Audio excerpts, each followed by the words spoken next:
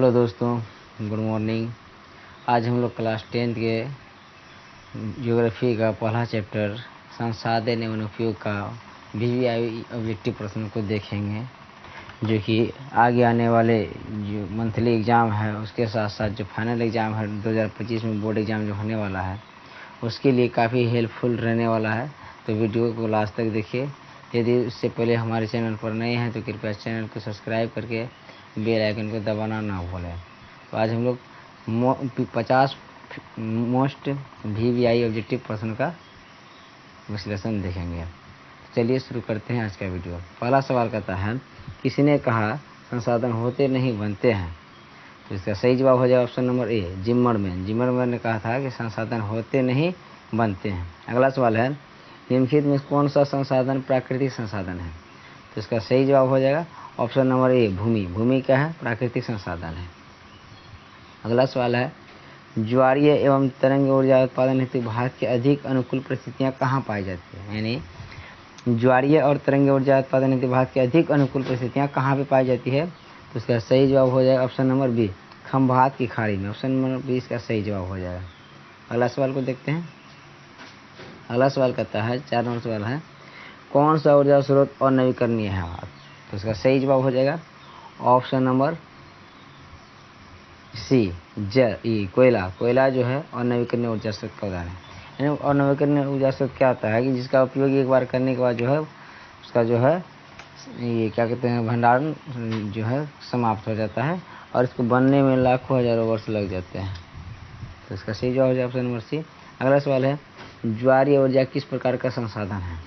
ज्वारीय ऊर्जा किस प्रकार का संसाधन है। तो इसका सही जवाब हो जाए ऑप्शन नंबर ए, नवीकरणीय ऊर्जा।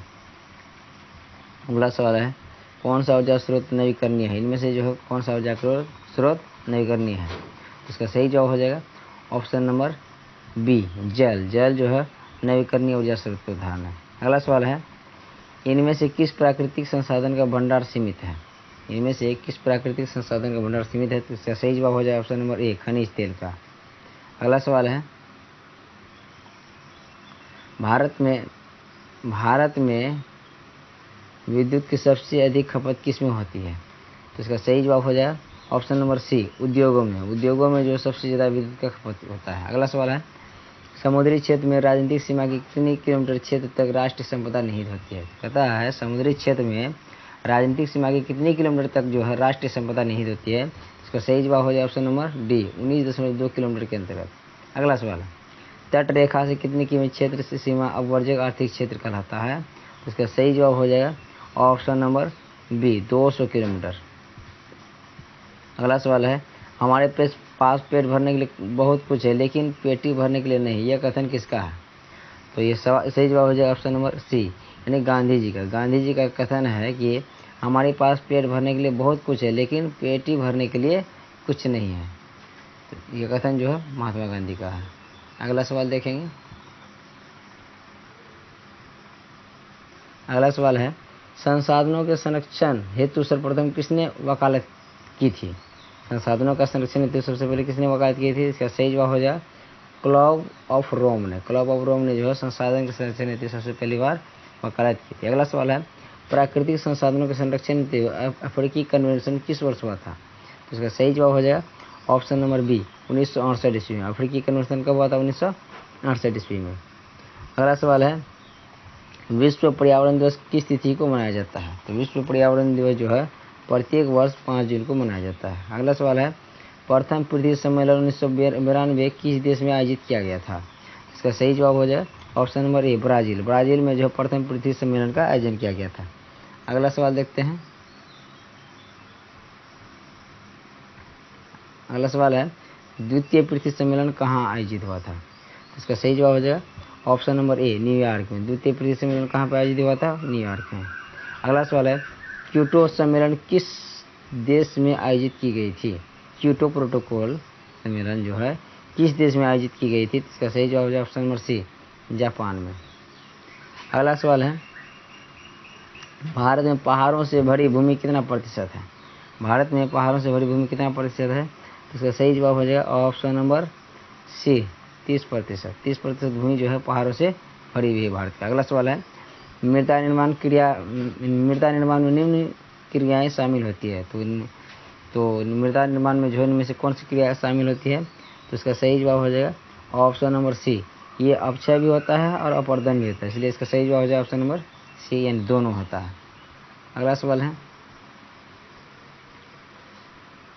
प्रायद्वीपीय भारत की नदी घाटियों में कौन सी मिट्टी मिलती है? यानी प्रायद्वीपीय भारत की नदी घाटियों में जो कौन सी नदी मिलती है, तो इसका कौन सा घाटियों में कौन सी मिट्टी मिलती है? तो इसका सही जवाब हो जाएगा ऑप्शन नंबर डी, जलोढ़ मिट्टी। जलोढ़ मिट्टी क्या होता है?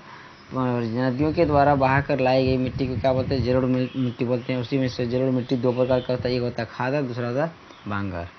खादर और बांगर जो है जलोढ़ मिट्टी के उदाहरण है। अगला सवाल है, भारत में सबसे अधिक विस्तार किस मिट्टी का है? तो इसका सही जवाब हो जाएगा ऑप्शन नंबर ए, जलोढ़ मिट्टी। भारत में सबसे अधिक जो है जलोढ़ मिट्टी का विस्तार पाया जाता है। अगला सवाल, पुरानी जलोढ़ मिट्टी को क्या कहा जाता है? पुरानी जलोढ़ मिट्टी को क्या कहा जाता है? तो इसका सही जवाब हो जाएगा ऑप्शन नंबर ए, बांगर। और नई जलोढ़ मिट्टी को क्या कहा जाता है? खादर।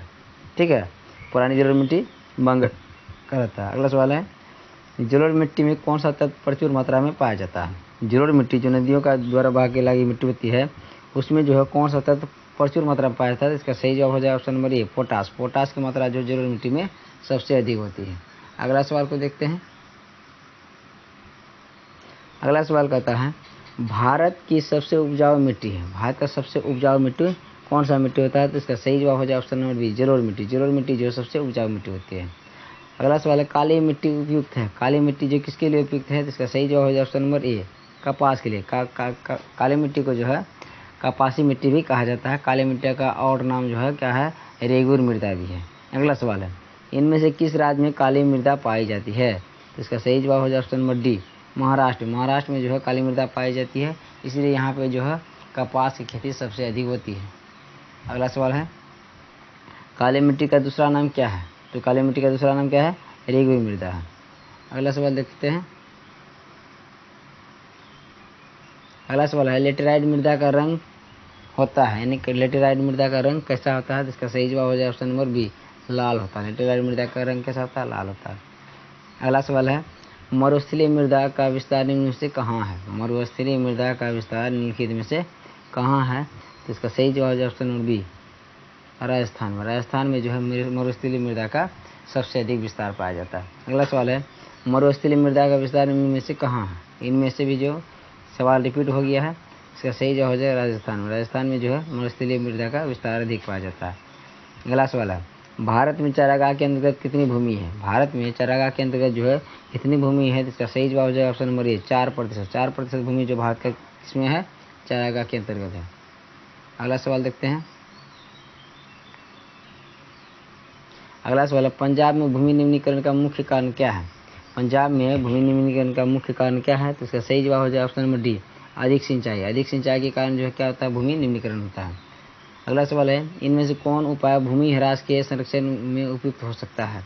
इसका सही जवाब हो जाएगा ऑप्शन नंबर बी, बाढ़ नियंत्रण। बाढ़ नियंत्रण जो है भूमि ह्रास के संरक्षण में उपयुक्त हो सकता है।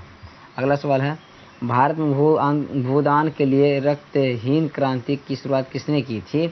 तो भारत में भूदान के लिए जो रक्तहीन क्रांति की शुरुआत किसने किया था? तो इसका सही जवाब हो जाएगा option number A, Vinoba Bhave. Vinoba Bhave के द्वारा जो भूदान आंदोलन चलाया गया था। अगला सवाल है, मेढक को प्रजनन क्रिया को बाधित करने वाला रसायन कौन सा है? यानी मेढक के प्रजनन को नष्ट करने वाला रसायन कौन सा है? तो इसका सही जवाब हो जाएगा ऑप्शन नंबर सी, एड्रीन। एड्रीन जो है मेढक के प्रजनन को क्या करता है? नष्ट कर देता है। ऑप्शन नंबर सी इसका सही जवाब हो जाएगा। अगले सवाल को देखते हैं। अगला सवाल है, जल किस प्रकार का संसाधन है? जल किस प्रकार का संसाधन है? तो इसका सही जवाब हो जाएगा ऑप्शन नंबर ए, चक्रीय। यानी इसको जो है इसका पुनर्चक्रण किया जा सकता है, इसलिए इसको चक्रीय संसाधन का रूप दिया गया है। अगला सवाल है, पृथ्वी के किस गोलार्ध को जल गोलार्ध कहा जाता है? पृथ्वी के किस गोलार्ध को जो जल गोलार्ध कहा जाता है? इसका सही जवाब हो जाए ऑप्शन नंबर बी, दक्षिणी गोलार्ध। दक्षिणी गोलार्ध को जो पृथ्वी का जल गोलार्ध कहा जाता है। अगला सवाल है, कुल जल का कितना प्रतिशत भाग महासागरों में निहित है? यानी महासागरों में जो कुल जल का कितना प्रतिशत जो है निहित है? तो उसका सही जवाब हो जाए ऑप्शन नंबर डी, 96.5%। 96.5% जल जो है महासागरों में निहित है। अगला सवाल है, विश्व के कुल जल आयतन का कितना प्रतिशत मृदु जल है? यानी पीने लायक जल जो कुल कितना प्रतिशत है? इसका सही जवाब हो जाए ऑप्शन नंबर बी 2.5%, यानी 2.5% जो है जल पीने लायक है, जो मृदु जल कहलाता है। अगला सवाल है, हिमालय क्षेत्र में प्रवाहित होने वाली नदियां निम्नलिखित में से किस प्रकार की प्रवाह प्रणाली प्रस्तुत करती है? हिमालय क्षेत्र में प्रवाहित होने वाली नदियां किस प्रकार की प्रवाह प्रणाली प्रस्तुत करती है? तो उसका सही जवाब हो जाएगा ऑप्शन नंबर बी, पूर्ववर्ती।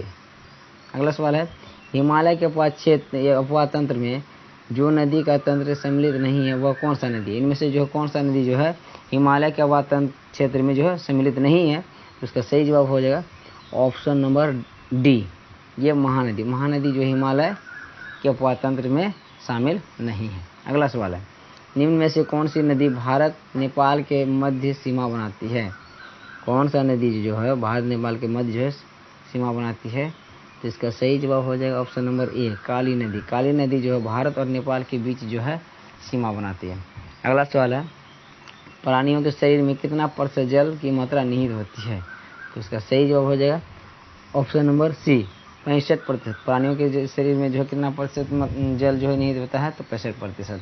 अगला सवाल देख लेते हैं। अगला सवाल है, भारत में जल का सबसे अधिक उपयोग किया जाता है? भारत में सबसे अधिक जल का उपयोग किस कार्य में किया जाता है?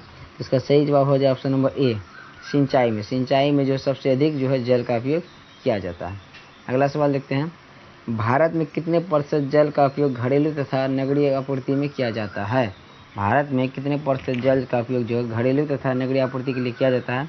इसका सही जवाब हो जाएगा ऑप्शन नंबर बी, 11%। 11% जल जो है घरेलू तथा नगरीय आपूर्ति के लिए किया जाता है। अगला सवाल है, भारत की सबसे बड़ी कृत्रिम झील कौन सा है? इनमें से जो भारत की सबसे बड़ी कृत्रिम झील कौन सा है, यानी आर्टिफिशियल झील?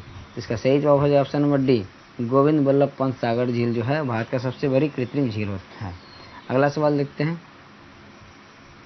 अगला सवाल कहता है, नागार्जुन सागर परियोजना किस नदी पर स्थित है? नागार्जुन सागर परियोजना जो है किस नदी पर स्थित है? तो इसका सही जवाब हो जाएगा कृष्णा नदी पर जो है नागार्जुन सागर जो है बांध बनाया गया है। अगला सवाल है, इंदिरा गांधी नहर परियोजना किस राज्य की महत्वाकांक्षी परियोजना है? यानी इंदिरा गांधी नहर जो है किस राज्य की महत्वाकांक्षी परियोजना है?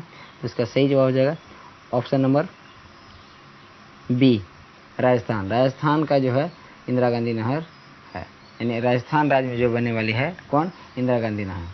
अगला सवाल है, निम्न में से राजस्थान की सबसे महत्वपूर्ण योजना कौन सी है? राजस्थान की सबसे महत्वपूर्ण योजना कौन सी है? तो इसका सही जवाब है option number D, Indira Gandhi नहर जो राजस्थान की सबसे बड़ी परियोजना है। अगला सवाल है, भारत की सबसे लंबी नहर कौन सा है? भारत का सबसे लंबी नहर कौन सा है? इसका सही जवाब है option number D, Indira Gandhi नहर जो राजस्थान राज्य में है यह भारत की सबसे लंबी नहर है। तो दोस्तों अभी हम लोग इसका जो है 50 VVI ऑब्जेक्टिव देख लिए हैं। अगले पार्ट में जो है इसके आगे हम लोग 100 तक करेंगे। तो तब तक के लिए धन्यवाद। जय हिंद, जय भारत।